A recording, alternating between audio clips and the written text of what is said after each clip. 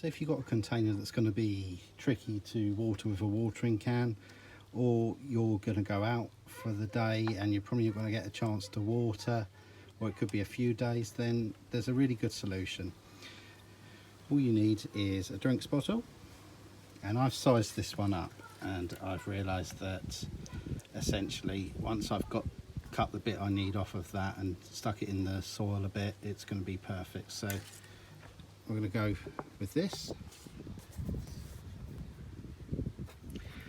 So I've given this bottle a really good wash out with washing up liquid and a good rinse out, and I've made a hole, and now all I'm going to do is just cut round the bottle there. I usually keep these little things for usually for keeping nails in and bits and pieces, but obviously you could cut it a little bit larger, leave a longer end on this, and this could be a little seed tray or a little plant pot.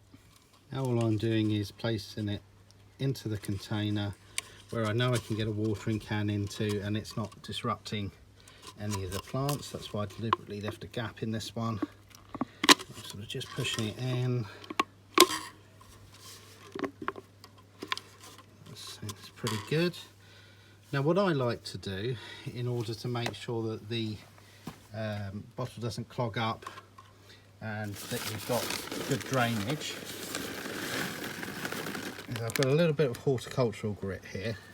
You could use pebbles or whatever. I just like to put a little bit of that in there just to help that. Then all I'll do is I'll grab my watering can. Our Monge 2 peas are grown up along this fishing line. I can still fill this right up. Don't worry about the colour of this water, it's just from the horticultural grit, which is properly washed anyway, and it actually helps to demonstrate what I'm trying to achieve here. And then what it will do is, as the compost in this container needs it, it will just draw the water out of it. I still will, if I can, water around the edges on this one as I can. But it's quite a handy way to water without disrupting the compost too much, and if you can't go out each day and spend time watering.